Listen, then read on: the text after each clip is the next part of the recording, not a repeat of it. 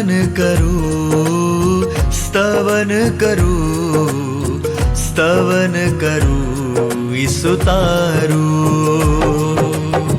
વચન સુણીને ગ્રહણ કરું સહુ, તેને પંથે ચાલુ.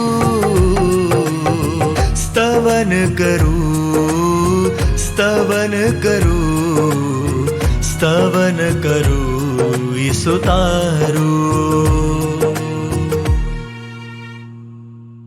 નમસ્તે પ્રિય મિત્રો, સ્તવન બાઇબલ અભ્યાસના આજના પ્રસારણમાં આપનું સ્વાગત છે.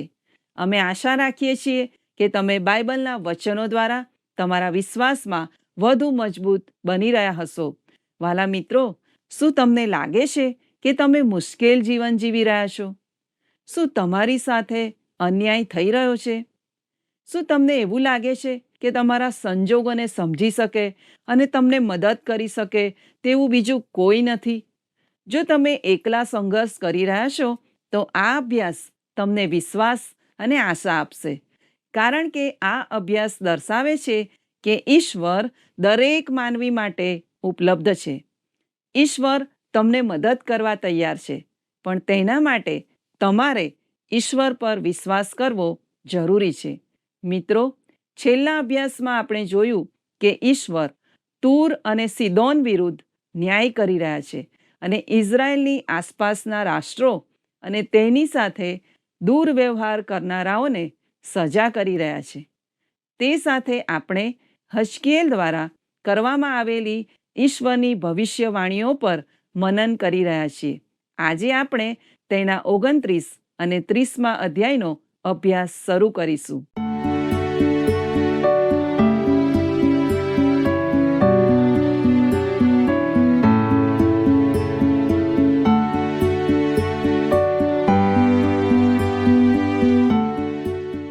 પ્રિય મિત્રો, આપ સૌને મારી પ્રેમભરી શુભેચ્છાઓ. તમને યાદ હશે કે આપણે હાલમાં હજકીએલના પુસ્તકનો અભ્યાસ કરી રહ્યા છીએ. હવે આપણે 29મા અધ્યાયનો અભ્યાસ શરૂ કરીએ. આજના અભ્યાસનો વિષય છે ઈશ્વરનું ગૌરવ મંદિર છોડવાની તૈયારી કરે છે. ઈશ્વરનું ગૌરવ પવિત્ર સ્થાનને ભરી દે છે અને ઈશ્વરનું ગૌરવ વિદાય લે છે. વાલા દર્શક મિત્રો, કેટલાક રૂઢિચુસ્ત લોકો એવું માને છે કે મિસર વિશેની ભવિષ્યવાણીઓ તૂર વિશેની ભવિષ્યવાણીઓ કરતાં વધારે રસપ્રદ છે. પણ તૂર વિશેની ભવિષ્યવાણીઓ વાસ્તવમાં વધારે નોંધપાત્ર છે અને આ અધ્યાયમાં આપણને એક નોંધપાત્ર ભવિષ્યવાણી જોવા મળે છે. મિસર એક મહાન સામ્રાજ્ય હતું અને તેનો વિનાશ થયો ન હતો. તેણે સદીઓથી તેની અખંડિતતા જાળવી રાખી હતી. તે સૌથી પ્રાચીન સામ્રાજ્યોમાંનું એક હતું. તેને બાહ્ય આક્રમણખોરોથી બચાવ કરવા માટે કોઈ રક્ષણની દિવાલ બનાવવાની જરૂર નહોતી, કારણ કે તેમનું સુરક્ષા કવચ રણ પ્રદેશ હતો અને ત્યાં ફક્ત એક જ પ્રવેશ દ્વાર હતું, જે નાઇલ નદીની ખીણમાંથી પસાર થતું હતું. પોતાના રક્ષણ માટે મિસર દેશને ફક્ત આ એક જ જગ્યાએથી સઘળો બચાવ કરવાનો હતો. મિત્રો, મિસરના શહેરો દિવાલોથી ઘેરાયેલા ન હતા, કેમ કે તેમને બાહ્ય આક્રમણથી બચાવ કરવા દિવાલો જરૂરી નહોતી. મિત્રો, હવે ઈશ્વર કહે છે કે મિસરવાસીઓ 40 વર્ષ માટે બંદીવાસમાં જશે. હજકીએલ 29, 1 અને 2 જણાવે છે, 10મા વર્ષના 10મા માસની 12મીએ યહોવાનું વચન મારી પાસે આવ્યું કે, હે મનુષ્ય પુત્ર, તારું મુખ મિસરના રાજા ફારૂન તરફ રાખીને તેની વિરુદ્ધ તથા આખા મિસરની વિરુદ્ધ ભવિષ્ય ભાગ. વાલા મિત્રો, ઈશ્વર મિસર દેશ વિરુદ્ધ એક ખૂબ જ સ્પષ્ટ અને નિશ્ચિત વલણ અપનાવે છે. મિસર દેશે જ ઈશ્વરના લોકોને ઈંટોની ભઠ્ઠીની ગુલામીમાં ધકેલી દીધા હતા અને તેમની પાસે પ્રતિમાની ઉપાસના કરાવી હતી. મિસર દેશ વર્ષોથી ઇઝરાયલ માટે એક કાંટા સમાન હતું, છતાં પણ ઇઝરાયલ પ્રજા અવિરતપણે મદદ માટે મિસર તરફ દોડી જતી હતી. કોઈ કારણોસર ઇઝરાયલ પ્રજા મિસર દેશ પર આધાર રાખતી હોય તેવું લાગતું હતું. હવે ઈશ્વર કહે છે કે તેઓ મિસરની વિરુદ્ધ છે અને મિસર દેશનો નાશ થશે. હજકીએલ 29:3 લખ્યું છે અને કહે છે કે પ્રભુ યહોવા કહે છે કે હે મિસરના રાજા ફારૂન, પોતાની નદીઓમાં પડી રહેનાર આ નદી મારી પોતાની છે ને મેં તેને મારે પોતાને માટે બનાવી છે એવું કહેનાર મહાન અજગર, જો હું તારી વિરુદ્ધ છું. પ્રિય મિત્રો, દેખીતી રીતે અહીં મગર મહાન અજગર અથવા દરિયાઈ રાક્ષસ છે.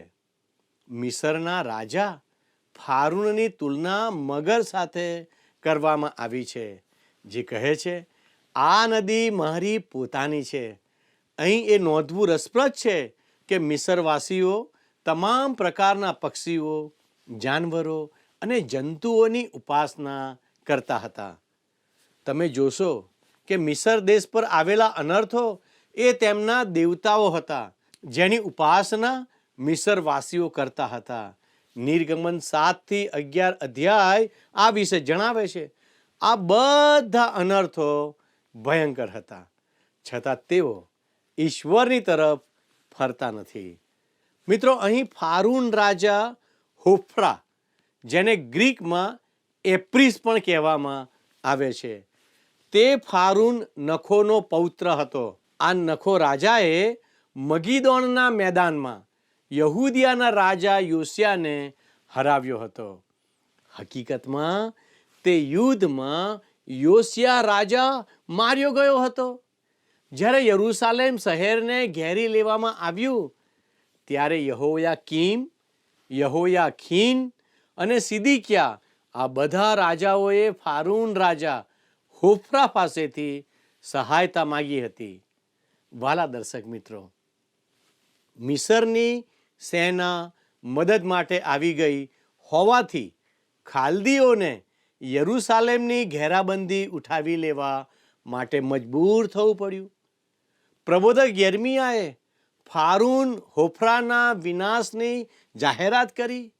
યર્મિયા 46:25-26 તે લખે છે, સૈન્યોના ઈશ્વર યહોવા, ઇઝરાયલના ઈશ્વર કહે છે કે જુઓ, હું નો નગરના આમોનને, ફારૂનને, મિસરને, તેના દેવો તથા તેના રાજાઓને, હા, ફારૂનને તથા તેના પર ભરોસો રાખનારાઓને શિક્ષા કરીશ, અને હું તેઓને તેઓના જીવ શોધનારાઓના હાથમાં, બાબિલના રાજા નબુખાદનેસ્સારના હાથમાં અને તેના સૈનિકોના હાથમાં સોંપીશ.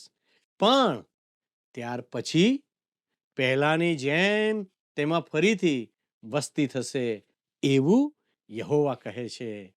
વાલા મિત્રો, તમને એ જાણવું રસપ્રદ લાગશે કે મિસરના વિનાશની ભવિષ્યવાણી તે સમયે પૂર્ણ થઈ ન હતી, પણ 17 વર્ષ પછી તે પૂર્ણ થઈ. જો કે આ સમયે ભવિષ્યવાણી હજકીએલ પ્રબોધક દ્વારા આપવામાં આવી હતી, અને જેમ ઈશ્વરે કહ્યું હતું તેમ મિસરનો વિનાશ 17 વર્ષ પછી થયો હતો. હવે ધ્યાન આપો કે ઈશ્વર મિસરનું શું થશે તે કહે છે, જે 29મો અધ્યાય 13મી કલમમાં છે. કેમ કે પ્રભુ યહોવા કહે છે કે 40 વર્ષને અંતે હું મિસ્રીઓને જે પ્રજાઓમાં તેઓને વિખેરી નાખવામાં આવ્યા હશે તેઓમાંથી ભેગા કરીશ. ચોક્કસ કહીએ તો 17 વર્ષ પછી બાબિલનો રાજા નબુખાદનેસ્સાર ચડી આવ્યો અને મિસરવાસીઓને બંદી બનાવીને લઈ ગયો. તેઓ 40 વર્ષ સુધી બંદીવાસમાં રહ્યા. ઇઝરાયલ પ્રજાની જેમ 70 વર્ષો સુધી નહીં. વહાલાઓ, હજકીએલ 29:14-15 જણાવે છે, હું મિસરને ગુલામગીરીમાંથી છોડાવીશ ને હું તેમને પાથ્રોસના દેશમાં તેમની જન્મભૂમિમાં પાછા લાવીશ અને તેઓ પામર રાજ્ય તરીકે ત્યાં રહેશે. તે સૌથી પામર રાજ્ય થશે અને તે ફરીથી કદી બીજી પ્રજાઓની સામે ગર્વ કરશે નહીં. હું તેમને એવી રીતે ઘટાડીશ કે તેઓ કદી બીજી પ્રજાઓ પર હકુમત ચલાવી શકશે નહીં. મિત્રો, મિસર પ્રાચીન સામ્રાજ્યોમાંનું એક મહાન સામ્રાજ્ય હતું. તેઓ ઇતિહાસના ઉદયથી એક મહાન સામ્રાજ્ય તરીકે ઉભરી આવ્યા હતા. તેમના સ્મારકો અને કબરો અથવા પિરામિડો દર્શાવે છે કે તેમની પાસે એક અલગ પ્રકારની સભ્યતા હતી જે કોઈથી ઓછી ન હતી. ગ્રીક લોકોએ ઘણી બધી જાણકારી મિસરવાસીઓ પાસેથી પ્રાપ્ત કરી હતી, પરંતુ ઈશ્વરે કહ્યું, હું નબુખાદનેસ્સારને તમને બંદી તરીકે લઈ જવા દઈશ. એટલું જ નહીં, તમે 40 વર્ષ સુધી બંદીવાસમાં રહેશો અને બંદીવાસના અંતે તમે તમારી ભૂમિ પર પાછા ફરવાના છો, પરંતુ તમે એક પામર રાજ્ય બનશો. એનો અર્થ સૌથી નાનું રાજ્ય. મારા મિત્ર, એક વખત અમારા પ્રવાસ દરમિયાન અમે મિસર દેશની મુલાકાત કરી હતી. તે જોયા પછી મને અને મારી પત્નીને લાગ્યું કે ઈશ્વરની ભવિષ્યવાણી કે આગાહી કેટલી સચોટ હતી. મિસરની રાજધાની કૈરો અને ત્યાંના લોકોની ગરીબી અને દયનીય સ્થિતિ જોઈને કોઈ પણ વ્યક્તિ દુઃખી થઈ જાય. મિત્રો, હવે આપણે હજકીએલ 29, 19 અને 20 વાંચીએ. તેથી પ્રભુ યહોવા કહે છે કે જો હું બાબિલના રાજા નબુખાદનેસ્સારને મિસર દેશ આપીશ અને તે તેના જન સમૂહને પકડી લઈ જશે, તેને લૂંટી લેશે ને તેમાંનું સર્વસ્વ હરી જશે અને તે તેના સૈન્યના શ્રમનો બદલો થશે. તેણે જે સેવા બજાવી છે તેના બદલામાં મેં તેને મિસર દેશ આપ્યો છે, કેમ કે તેઓએ મારે માટે કામ કર્યું છે, એમ પ્રભુ યહોવા કહે છે. બાબિલના રાજાએ આ બધા દેશો પર વિજય પ્રાપ્ત કરવાનો હતો. તેમાં તૂર, મિશર અને ઇઝરાયલ દેશનો પણ સમાવેશ થાય છે. બાબિલનું રાજ્ય પ્રથમ મહાન સામ્રાજ્ય હતું. હવે આપણે 30મા અધ્યાય પર આવીએ છીએ, જેને વિલાપ ગીત તરીકે ઓળખવામાં આવે છે. હજકીએલ પ્રબોધક અહીં મિસર દેશના ઉજ્જળ થવાની વાત કરે છે અને તે ખરેખર એક ઉજ્જળ રાષ્ટ્ર છે. હજકીએલ 30, 1 અને 2 લખ્યું છે, ફરીથી યહોવાનું વચન મારી પાસે આવ્યું કે હે મનુષ્ય પુત્ર, ભવિષ્ય ભાખીને કહે કે પ્રભુ યહોવા કહે છે કે તે દિવસનું નખોદ જજો, એમ બૂમ પાડો. હજકીએલ વારંવાર કહે છે કે આ ઈશ્વરનું વચન છે. આ વિલાપ અને શોકનો સમય છે. 30મા અધ્યાયની 3જી કલમ જણાવે છે, કેમ કે તે દિવસ એટલે યહોવાનો દિવસ નજીક છે. તે મેઘોમય દિવસ છે. એ વિદેશીઓનો સમય થશે. મિત્રો, તે સમયે વાદળછાયું વાતાવરણ અને અસામાન્ય દિવસ હતો. મિસરની ભૂમિમાં બહુ વાદળો હોતા નથી, કારણ કે ત્યાં 1 ઇંચથી પણ ઓછો વરસાદ પડે છે. તેઓ પાણીની જરૂરિયાત માટે નાઇલ નદી પર આધાર રાખે છે. મિસરના લોકો નાઇલ નદીના મગરની તેમજ પ્રાણી જગતમાં રહેલા દરેક પ્રાણીઓની પણ ઉપાસના કરતા હતા. વિદેશીઓનો સમય એટલે હાલમાં આપણે ચોક્કસપણે તે સમયમાં જીવી રહ્યા છીએ, જ્યારે રાષ્ટ્રો અને દેશો ખરેખર સમગ્ર વિશ્વમાં હલચલ મચાવી રહ્યા છે. હજકીએલ 30 અને 4 લખ્યું છે, મિસર પર તલવાર આવશે ને જ્યારે કતલ થયેલાઓ મિસરમાં પડશે ત્યારે કુશમાં ભારે દુઃખ થશે. તેઓ મિસરના જન સમૂહને પકડી લઈ જશે ને તેના પાયા તોડી પાડવામાં આવશે. ઘણી બધી વાર મિસર અને ઇથોપિયા વચ્ચે એક પ્રકારની સમજૂતી કે જોડાણ થઈ જતું હતું. જો કે મોટે ભાગે બંને રાષ્ટ્રો વચ્ચે દુશ્મનાવટ અને યુદ્ધ થતું રહેતું હતું. મિત્રો, ઘણા વિદ્વાનો માને છે કે મૂસા ફારૂનની પુત્રીનો પુત્ર હતો, તેથી તે પણ આગામી ફારૂન બની શક્યો હોત. તેણે પણ ખરેખર ઇથોપિયા સામે એક યુદ્ધ અભિયાનનું નેતૃત્વ કર્યું હતું.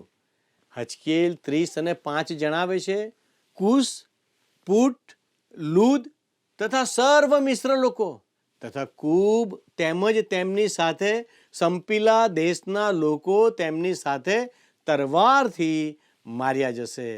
વહાલાઓ, તે સમયે આ દરેક રાષ્ટ્રો અથવા દેશો વચ્ચે સમજૂતી કે જોડાણ હતું, પરંતુ તેઓ બધા નબુખાદનેસ્સારને આધીન બનશે, જે ખરેખર એક વિશ્વ વિજેતા શાસક હતો. હકીકતમાં દાનિયેલની ભવિષ્યવાણી પ્રમાણે જે 4 મહાન સામ્રાજ્યોની વાત છે, તેમાં બાબિલના સામ્રાજ્યને સોનાનું માથું તરીકે દર્શાવેલ છે. તે બીજા અધ્યાયમાં લખવામાં આવ્યું છે. હજકીએલ 30:6 વાંચીએ, યહોવા કહે છે કે મિસરને ટેકો આપનારાઓ માર્યા જશે ને તેના સામર્થ્યનો ગર્વ ઉતરી જશે.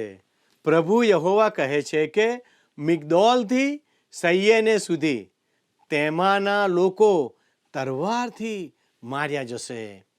ફક્ત ઇઝરાયલ રાજ્યએ જ નહીં, પરંતુ બધા દેશોએ સહાયતા માટે મિસર તરફ હાથ લંબાવ્યો હતો. આ બધા દેશોનો એક સાથે ન્યાય કરવામાં આવશે. હજકીએલ 30:12 ઈશ્વર કહે છે, હું નદીઓને સૂકવી નાખીશ ને દેશને હું દુષ્ટ માણસોના કબજામાં સોંપી દઈશ, અને હું દેશને તથા તેની અંદર જે છે તે સર્વને પરદેશીઓની હસ્તક પાયમાલ કરીશ. હું યહોવા તે બોલ્યો છું. આ નદીઓ, જેમ આપણે પહેલા જોયું તેમ, વાસ્તવમાં નાઇલ નદીના ત્રિકોણીય પ્રદેશમાં વહેતી વિવિધ શાખાઓ છે, અને તેમાં આવી ઘણી બધી ઉપનદીઓ હતી. ત્યાં ખૂબ જ ફળદ્રુપ સમુદ્ર વિસ્તાર હતો. તેની નજીકમાં ગોસેનનો પ્રદેશ હતો, જ્યાં ઇઝરાયેલી પ્રજા પ્રથમ વખત મિસર દેશમાં આવ્યા ત્યારે તેઓ ત્યાં વસવાટ કરીને સ્થાયી થયા હતા. હું નદીઓને સૂકવી નાખીશ અને દેશને હું દુષ્ટ માણસોના કબજામાં સોંપી દઈશ. તે બતાવે છે કે મિસર પાછળથી મહાન સિકંદર સમ્રાટના કબજામાં ગયું, અને જ્યારે તેનું મરણ થયું ત્યારે તેણે જીતેલા દેશો પર તેના સેનાપતિઓએ કબજો લીધો, જેમાં ક્લિયોપેટ્રા નામના સેનાપતિએ, જે મિસરવાસી પણ ગ્રીક હતો, તેણે મિસર પર શાસન કર્યું. અને હું દેશને તથા તેની અંદર જે છે તે સર્વને પરદેશીઓની મારફતે પાયમાલ કરીશ. અહીં પરદેશીઓ તો વિદેશી રાજાઓ છે. મિસર દેશ વિદેશી રાષ્ટ્રોના નિયંત્રણ હેઠળ આવ્યું અને નહેરો પૂરી દેવામાં આવી. હાલમાં આ વિસ્તાર ખરેખર એક રેતાળ અને બિન ખેતીલાયક જમીનવાળો બની ગયો છે. ઈશ્વરે કહ્યું હતું કે તેઓ જમીનને ઉજ્જડ કરી દેશે, અને આજે તેવું જ થયું. અહીં બીજી એક નોંધપાત્ર ભવિષ્યવાણી 30મા અધ્યાયની 13મી કલમ જણાવે છે. પ્રભુ યહોવા કહે છે કે હું પ્રતિમાઓનો પણ નાશ કરીશ ને હું નોફમાંથી પૂતળાઓનો અંત આણીશ. ત્યાર પછી મિસર દેશમાંથી રાજા કદી ઉત્પન્ન થશે નહીં, અને હું મિસર દેશમાં બીક ઘાલી દઈશ. હું નોફમાંથી તેમની પ્રતિમાઓનો નાશ કરીશ. નોફ એટલે મેમ્ફિસ, અને હજકીએલ પ્રબોધકના સમયમાં નોફ મિસરનું મહાન અને શ્રીમંત શહેર હતું, અને તેમાં પ્રતિમાઓ પુષ્કળ હતી. તેની શેરીઓની બંને બાજુ ઉપર અને નીચે એક પછી એક પ્રતિમાઓ હતી. આ બધી પ્રતિમાઓ શહેરનો શણગાર હતી. મેમ્ફિસ જેવી પ્રતિમાઓ ક્યારેય બીજા કોઈ સ્થળે નહોતી. અહીં ઈશ્વર કહે છે કે તેઓ મેમ્ફિસમાંથી પ્રતિમાઓનો નાશ કરશે. પછી મિસર દેશમાંથી રાજા કદી ઉત્પન્ન થશે નહીં. ઇજિપ્તમાં હવે કોઈ રાજવંશ રહ્યો નથી. તેના કોઈ પણ શાસકોને હવે મહાન વિજેતા રાજાઓ કહી શકાય નહીં. મિસર દેશના શાસકોને હવે મદદ અને સમર્થન માટે અન્ય રાષ્ટ્રો કે દેશો પાસે હાથ લંબાવવો પડ્યો. હજકીએલ 30:15 લખ્યું છે, સીન જે મિસરનો કિલ્લો છે તેના પર હું મારો કોપ રેડી દઈશ અને હું નોના જનસમૂહનો સંહાર કરીશ. ઈશ્વર કહે છે, હું મારો ક્રોધ સીન જે મિસરનો કિલ્લો છે તેના પર રેડીશ. હું નોના જનસમૂહનો સંહાર કરીશ. અહીં હાલ થીબ્સ નામનું શહેર છે જે નાઇલ નદીના ઉપરવાસમાં વસેલું હતું. તે ખંડેર બની ગયું છે અને તેની મહાનતા ગાયબ થઈ ગઈ છે. હવે પછીની કલમોમાં ઈશ્વર મિસર દેશના આ મહાન શહેરો વિશે વાત કરવાનું ચાલુ રાખે છે અને હવે બધા શહેરો સંપૂર્ણપણે અદૃશ્ય થઈ ગયા છે. હજકીએલ 30:21-22 જણાવે છે, હે મનુષ્ય પુત્ર, મેં મિસરના રાજા ફારૂનનો હાથ ભાંગી નાખ્યો છે અને તેને ફરીથી તરવાર પકડી શકે એવો મજબૂત થવા સારું દવા લગાડીને તેના પર પાટો બાંધી લીધો નથી.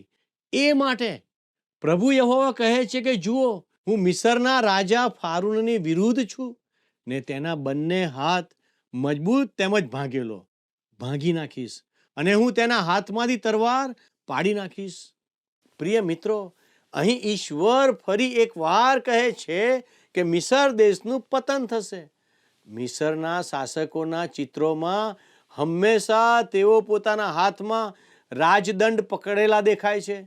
રાજદંડ તેમની સત્તાનું પ્રતીક હતું. ઈશ્વર કહે છે, મેં મિસરના રાજા ફારૂનનો હાથ ભાંગી નાખ્યો છે. ભાગેલા હાથ વડે રાજદંડ પકડવો મુશ્કેલ છે અને ઈશ્વર આગળ કહે છે અને તેને ફરીથી તરવારથી પકડી શકે એવો મજબૂત થવા માટે દવા લગાડીને તેના પર પાટો બાંધી લીધો નથી. બાબેલનું રાજ્ય મિસર પર વિજય મેળવવાનું હતું અને ફારૂન રાજા તેને રોકવા માટે શક્તિહીન હશે.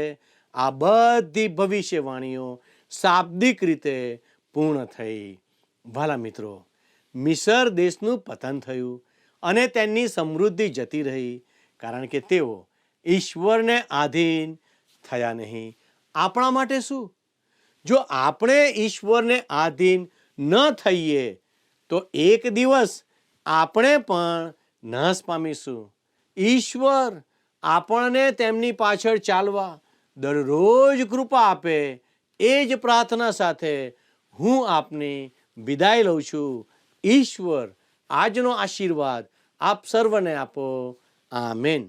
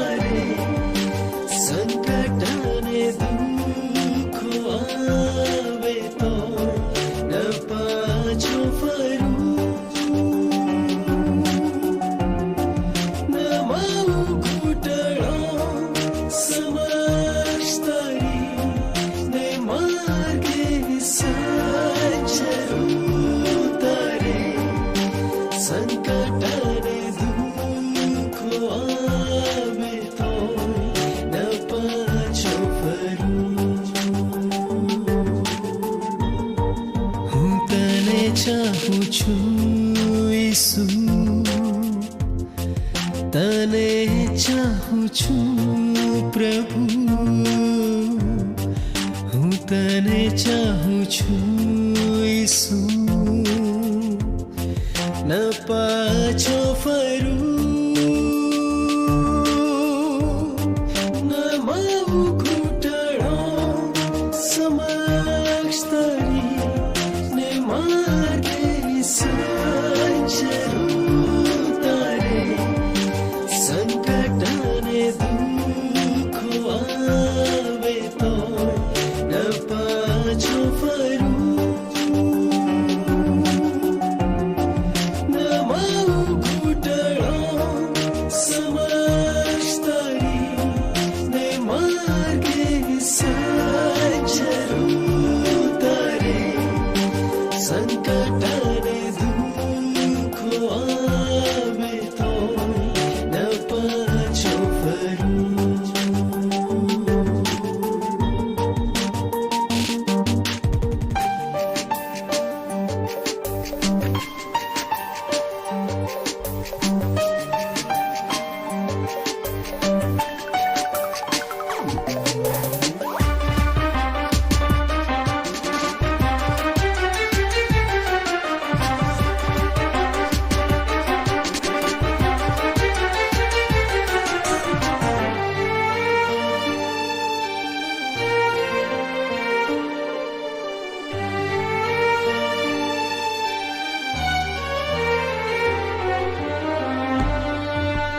ઈસુ તારી સે પ્રિય મિત્રો, આજના પાઠમાંથી આપણે શીખ્યા કે આધુનિક બાબતો તમારા હૃદયમાં ઈશ્વરનું સ્થાન ના લે તે માટે તમારા જીવનની તપાસ કરો અને સાચા ઈશ્વરની તરફ પાછા ફરો. રાષ્ટ્રીય અથવા વ્યક્તિગત કટોકટીના સમયમાં યાદ રાખો કે સમગ્ર પરિસ્થિતિ ઈશ્વરના નિયંત્રણમાં છે અને ઈશ્વરના જ હેતુઓ વિજયી થશે. વર્ષો પહેલાં પવિત્ર શાસ્ત્રમાં આપવામાં આવેલી ચેતવણીઓ અને ભવિષ્યવાણીઓ આજે તમારા જીવનમાં કેવી રીતે લાગુ પડે છે તેના પર ધ્યાન આપો. તમારા જીવનમાંથી અભિમાનને દૂર કરીને નમ્રતા શોધો. તમારી સિદ્ધિઓ અને આશીર્વાદોમાં ઈશ્વરનો હાથ છે તે યાદ રાખો. વિશ્વની ઘટનાઓ અસ્તવ્યસ્ત લાગે ત્યારે પણ ઈશ્વર પર વિશ્વાસ રાખો. મિત્રો, આજનો પ્રશ્ન છે, મિસરના રાજા ફારૂનની તુલના કોની સાથે કરવામાં આવી છે? એ મગર, બી સિંહ, સી રીંછ, ડી ગરુડ. મિત્રો, ગત પ્રશ્નનો જવાબ છે બી અભિમાન. વાલા મિત્રો, આ કાર્યક્રમ સંબંધી આપના પ્રતિભાવો મોકલવા માટે અમારો સંપર્ક નંબર છે 94 29 37 56 10 9429375610. આજના પ્રશ્નનો જવાબ પણ આ નંબર પર જરૂરથી મોકલી આપશો. આભાર. શું તમને આ કાર્યક્રમ ગમ્યો? અત્યારે જ અમને મિસ કોલ કરો.